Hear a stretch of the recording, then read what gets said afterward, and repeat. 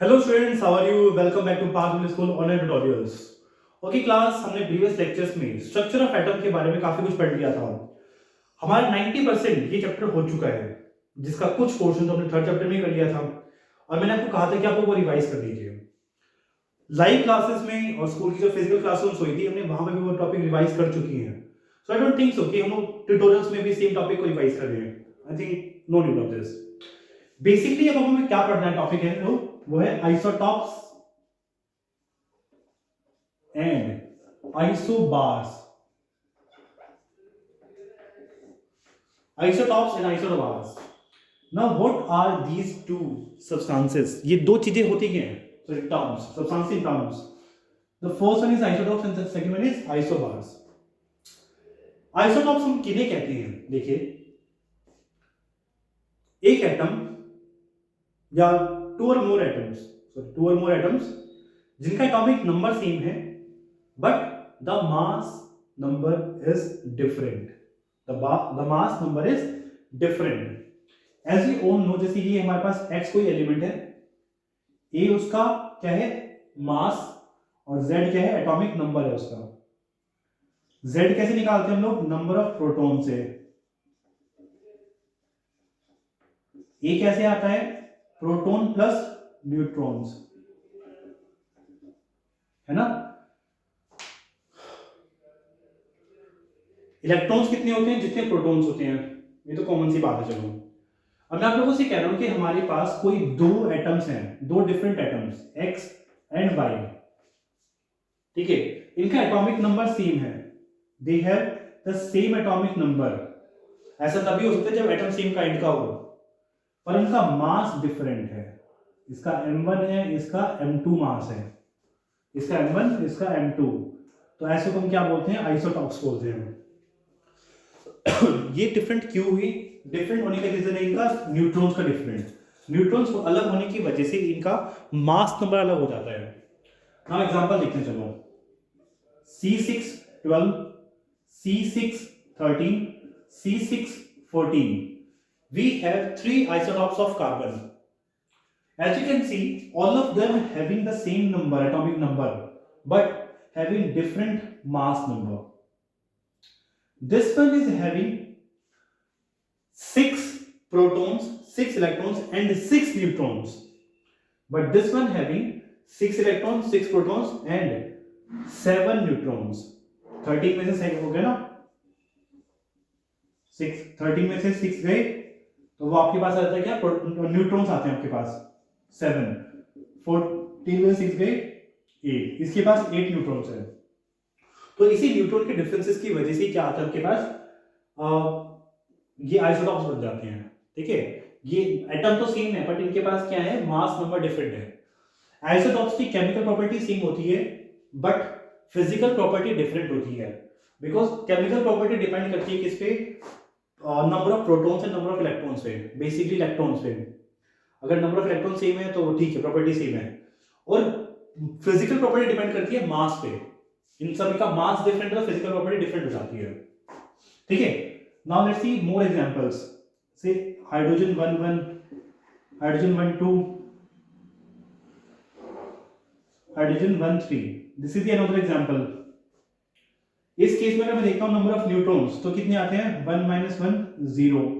इस केस में 2 - 1 1, 3 - 1 2। ये नंबर ऑफ प्रोटॉन्स आ गए। इसके पास 0 protons, 1 proton, 2 protons.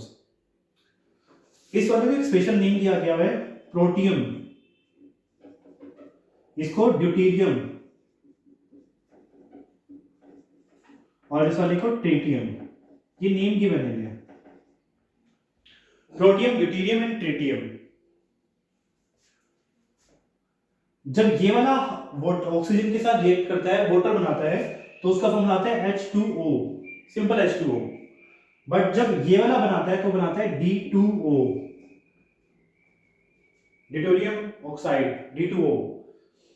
This one is heavy water है, तो ये भी H2O, ये भी पानी है, ये भी पानी है, और ये भी पानी बनेगा इसका भी। बट जो ये वाला ना D2O जो है आपके पास, ये हैवी वाटर में कंसीडर होता है। हैवी वाटर में क्यों? क्योंकि इसका मास एक ज्यादा है इससे, इसलिए इसको सिंपली क्या बोलते हैं? Heavy water. आप लोगों से एग्जामिनेशन में क्वेश्चन पूछ सकते हैं, हैवी वाटर का फॉर्मूला लिखिए, द फॉर्मूला इज D2O। यहां पर D भी क्या है तो हाइड्रोजन ही, और उसका स्पेशल नेम क्या है, deuterium. Okay students, the last one tritium, ये रेडियो एक्टिव होता है। जैसे यहां पर ये रेडियो एक्टिव है, वैसे यहां पर ये भी रेडियो एक्टिव होता है। रेडियो एक्टिव सब्सटेंसेस कौन से होते हैं, जो कोऑर्डिनेट से टूट रहे होते हैं। ठीक है, तो आई थिंक आपको क्लियर हो गई ये आइसोटॉप्स। आइसोटॉप्स के बारे में एक दो देख लेते हैं एग्जांपल। जैसे क्लोरीन, क्लोरीन का वन होता है क्लोरीन 1735, और एक होता है क्लोरीन 17 एंड 37। दो आइसोटॉप्स होते हैं इसके, 35 एंड 37। आप लोग जानते हैं कि आप लोगों ने वैसे जो थर्ड चैप्टर में फॉर्मूलाज करे होंगे, कैलकुलेशंस करी होंगी, वो आप लोग तब लोग वहां पे देखा होगा क्लोरीन का मास तो 35.5 होता है।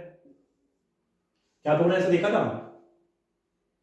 प्रोबेबली आप लोगों ने देखा होगा, फॉर्मूले भी यूज भी किया होगा, आंसर भी निकाले होंगे, बहुत अच्छे से निकल भी जाते थे आपके आंसर्स। पर क्या कभी आप लोगों ने ये सोचा कि इसकी जो वैल्यू है ये डेसिमल्स में कैसे आ सकती है? बिकॉज मास कैसे फाइंड आउट करते हैं, number of proton plus number of neutrons. Proton and neutron दोनों होल नंबर में होते हैं। अगर होल नंबर में होते हैं तो डेसिमल कहां से आया, फिर ये हमारे पास फ्रैक्शन कहां से आ गया? ये 71/2 बना ना, तो फ्रैक्शन कहां से आता है? वो आता है यहां से, आइसोटॉप से। जो मास ये निकाला हुआ है ना, ये इसको हम नाम लेते हैं average atomic mass. What we call it, average atomic mass बोलते हैं हम लोग इसे। ये निकालते हैं हम, कैसे फाइंड आउट करते हैं? इनकी अकरेंस से, कि ये पहला वाला जो आइसोटॉप है ये नेचर में कितना है, फिर सेकंड वाला ये नेचर में कितना है, चलो वो देखते हैं। फर्स्ट वाला जनरल नेचर में 75% मिलता है, और ये वाला मिलता है 25%। तो हमें क्लोरीन का एवरेज एटॉमिक मास निकालना है, एवरेज एटॉमिक मास।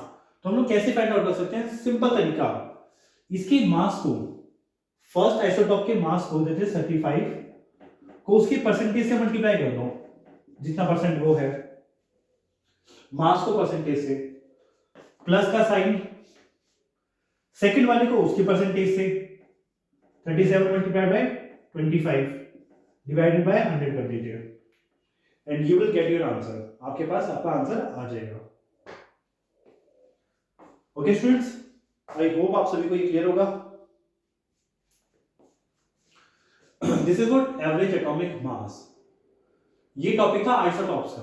देखिए आइसोटॉप्स जो है ना काफी यूजफुल होते हैं। हम अपनी लाइफ में काफी सारे आइसोटॉप्स यूज करते हैं।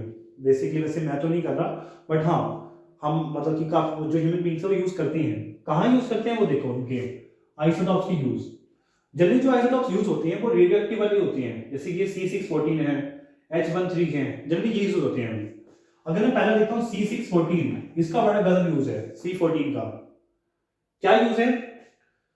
ये रेडियोएक्टिव है, जिसकी वजह से बताता है कि किसी लिविंग ऑर्गेनिज्म की लाइफ कितनी थी। मतलब सपोज मैं हूं, ये C14 मेरी लाइफ बता सकता है कि मैं इतने साल का हूं। गर्ल्स जो अपनी एज छुपाती हैं, हम इसके थ्रू पता लगा सकते हैं। और देखिए जैसे फॉसिल्स मिलते हैं, फॉसिल्स को पता लगाया जाता है भाई कितना साल पुराना होगा, 1000 साल, 1 करोड़ साल, कितना पुराना है, वो भी इसी की टेक्निक का यूज करते हैं। ठीक है, जिसको हम बोलते हैं कार्बन डेटिंग। इस टेक्निक को हम बोलते हैं कार्बन डेटिंग। मैं थोड़ा डीप में ले गया उसको, कार्बन डेटिंग बोलते हैं इस टेक्निक को। ये था first use of isotope. Second use medicinal use भी होता है। कोबाल्ट 60, यानी कि कोबाल्ट का एक आइसोटॉप जिसका मास होता है 60, हम उसका भी यूज कर सकते हैं। कहां पर? कैंसर के ट्रीटमेंट में, in the treatment of cancer. एक और मेडिसिनल यूज है आयोडीन 131। आयोडीन 131 इसका यूज भी कर सकते हैं। कहां पर? In the treatment of goitre. Goitre के ट्रीटमेंट यूज कर सकते हैं इसको। One more, uranium 235। रॉकेट के इंजन का जो फ्यूल होता है ना वो यही होता है, यूरेनियम 235। न्यूक्लियर रिएक्टर्स में इसका यूज किया जाता है एनर्जी फॉर्मेशन के लिए, यूरेनियम 235 का। सो ठीक है स्टूडेंट्स, ये देखिए बेसिक से हमारे यूज है, काफी सारे आपकी बुक में काफी सारे मिल जाएंगे, बट आप लोग ये 4 कर लो सफिशिएंट है। एनसीईआरटी बुक में ये 3 ही है, तो आप लोग इतना कर सकते हैं। So basically this is the topic of isotopes. इसके बाद जो टॉपिक आता है वो है हमारे पास क्या, isobars. Now what are these isobars? Isobars क्या चीज होती है देखते हैं।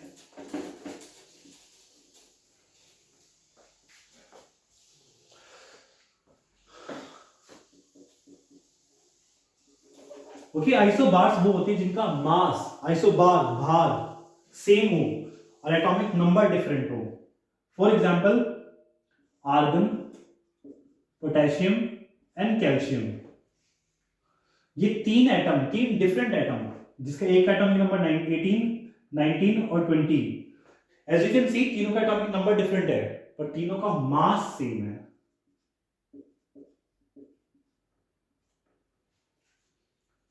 और ऐसे को हम लोग बोलते हैं आइसोबार्स। इन सभी की केमिकल प्रॉपर्टी डिफरेंट है, बट फिजिकल प्रॉपर्टी सेम है। आइसोटॉप में उल्टा था, वहां पे केमिकल प्रॉपर्टी सेम थी, फिजिकल प्रॉपर्टी डिफरेंट थी। ओके स्टूडेंट्स, ये टॉपिक आइसोबार्स का, इसमें ज्यादा डिटेल में है नहीं, बस इतना ही था, इसमें ज्यादा है नहीं। एक और एग्जांपल देख सकते हो आप लोग, एक होता है C14 और एक होता है नाइट्रोजन 14। इसका एटॉमिक नंबर 6, इसका एटॉमिक नंबर 7 होता है। सो आई होप स्टूडेंट्स आपको ये टॉपिक क्लियर होगा। बेसिकली हमारा चैप्टर ओवर हो गया है, अब इस चैप्टर में कुछ भी पेंडिंग नहीं है। अब हमारे पास क्वेश्चन आंसर्स बचते हैं। कल आप लोग के पास हो सकता है कि असाइनमेंट आए, आप लोग वो प्रैक्टिस कर सकते हैं। Okay students, bye.